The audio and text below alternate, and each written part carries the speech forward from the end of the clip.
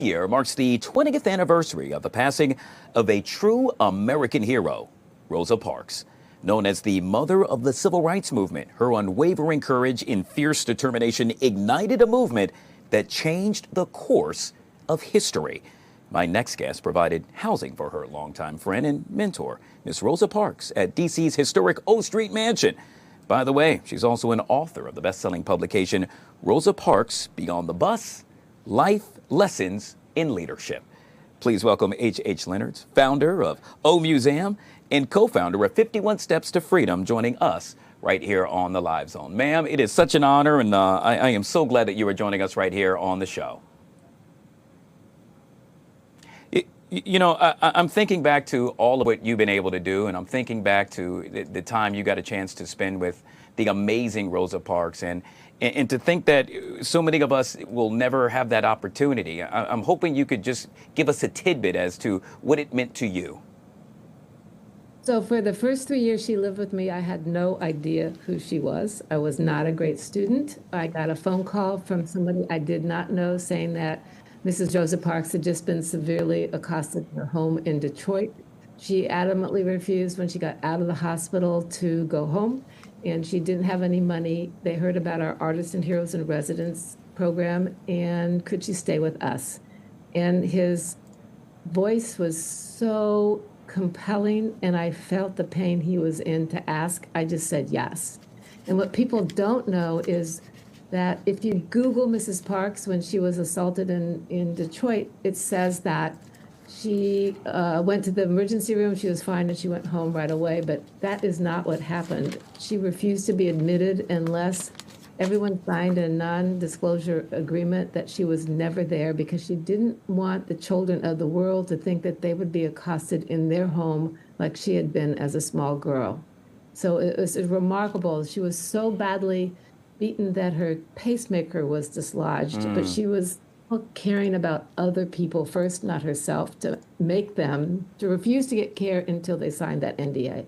Yeah. Well, earlier today, we celebrated all things with regard to Rosa Parks. Obviously, this marks the 20th year since her passing. You all did so with a commemorative prayer breakfast. Do tell, what took place? We had Frank Smith, the Honorable Frank Smith, who created the African American Civil War Museum, talking about history and about his friendship with her. We also had Mrs. Jane Gunter, who is 87 now, just had a stroke, but she cared enough to fly up from Atlanta to talk about what her story is. And she flew up because she had donations that Mrs. Parks had given her, signatures, books, dresses that she had given her, and she wanted our museum to house it, which was really quite extraordinary and very emotional today. And that's what life should be about, giving and opening up your heart. Everyone talked from their heart. They told stories that I didn't know about, which were extraordinary.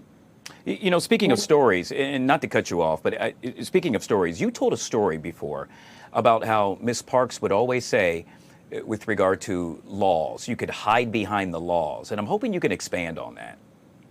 So she kept on telling me over and over again that we're hiding behind the laws. If we don't pay attention to people that don't believe like we do, the laws will roll back. And I didn't understand what she was talking about, but I listened to her, and I understand what my mission is now. I was looking at her pictures. Oh my God, my heart, she's a beautiful soul. That my mission is to meet everybody that I can to change hearts of everybody and come together as a nation, as a world, as a country with kindness and compassion and finding our similarities. I mean, this was a woman that had quiet strength. She was not angry ever. But what she endears and endures, and people remember her because her focus was on children, which is the future. It was on education, and it was on human rights, accept everyone with love. So she viewed her role as love is all that matters, and everything she did was focused on that. Yeah. How do you think she would feel about what's taking place today? So many folks would say it's so much turmoil, so much chaos. And yet, as you just made mention, we were just looking at B-roll of the amazing Rosa Parks, who just seems so cool, calm, and collected. So I'll tell you a story that when President Clinton had his issues with Monica Lewinsky and he had to do a State of the Union address, she was invited to sit with Mrs. Clinton, and nobody on either side of the aisle clapped on anything that President Clinton said during the speech until he introduced Mrs. Parks, and everybody stood up and clapped for her. And the hair on my arms went up. I could not believe this. So when we got back to O Museum, I said, Mrs. Parks, what was it like sitting in the audience and watching everyone applaud you? And she never answered questions quickly. She took maybe 3 or 4 minutes, and her only response was, I am so glad I helped my country. And that's what I view her role would be today, is that quiet strength of serving others and figuring out how we can come together for our country. Wow. And, Gosh. and it was extraordinary like that. Yeah, just thank you for sharing that. I mean, it just gave me chills listening to something like that, and to know that, well, she was able to tell you that story and you were able to share it with all of us. One of the things that you are doing is you're working on an interactive app, and I'm so excited about this because so many folks are talking about it. Do tell. So we, in her honor, we started with creating 51 Steps to Freedom, 50 states, one nation. To bring people together, and we were creating the largest outdoor museum in the world right here in Washington, D.C. The focus is on liberty and opportunity. And today, in honor of the celebration of her life, we launched the augmented reality in front of O Museum. So Mrs. Parks comes to life, only seen through your phone. You can get a photo of her. You can hear her talk about the lessons she learned at different stages in her life. You can actually see a bus that she was on that comes into a model form as a piece of art with a sign that says, go to Dupont Circle and see my bus. And when you go there, the bus full size comes out. You can walk through the bus. You can sit on the bench.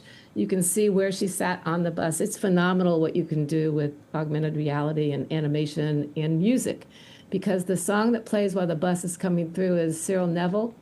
Wrote a song about Mrs. Parks, and during the pandemic, we recorded it in St. Louis about her life and story, and it's just wonderful. And I invite everyone to go to 51stepstofreedom.org. You can get a free ticket. You can see 30 installations and growing in Washington. Every week we have a new one that starts. You can go down to the Lincoln Memorial and see Lincoln. If you can't make the stairs to go up, you can see Lincoln come down to you, and he talks about his life. Wow. And his mission. Wow. And yet again, one more time, the name of the app?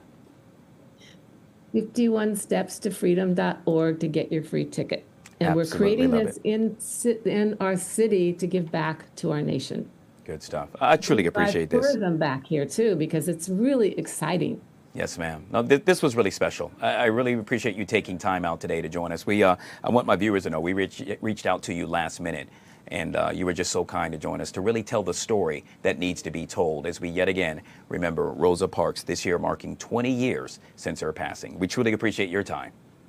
And thank you for being you. Yes, ma'am. All right, folks. We'll take a quick break. Hey, on the flip side of this break, producer Chris joins us with What to Watch. He's coming up next, right here on The Live Zone.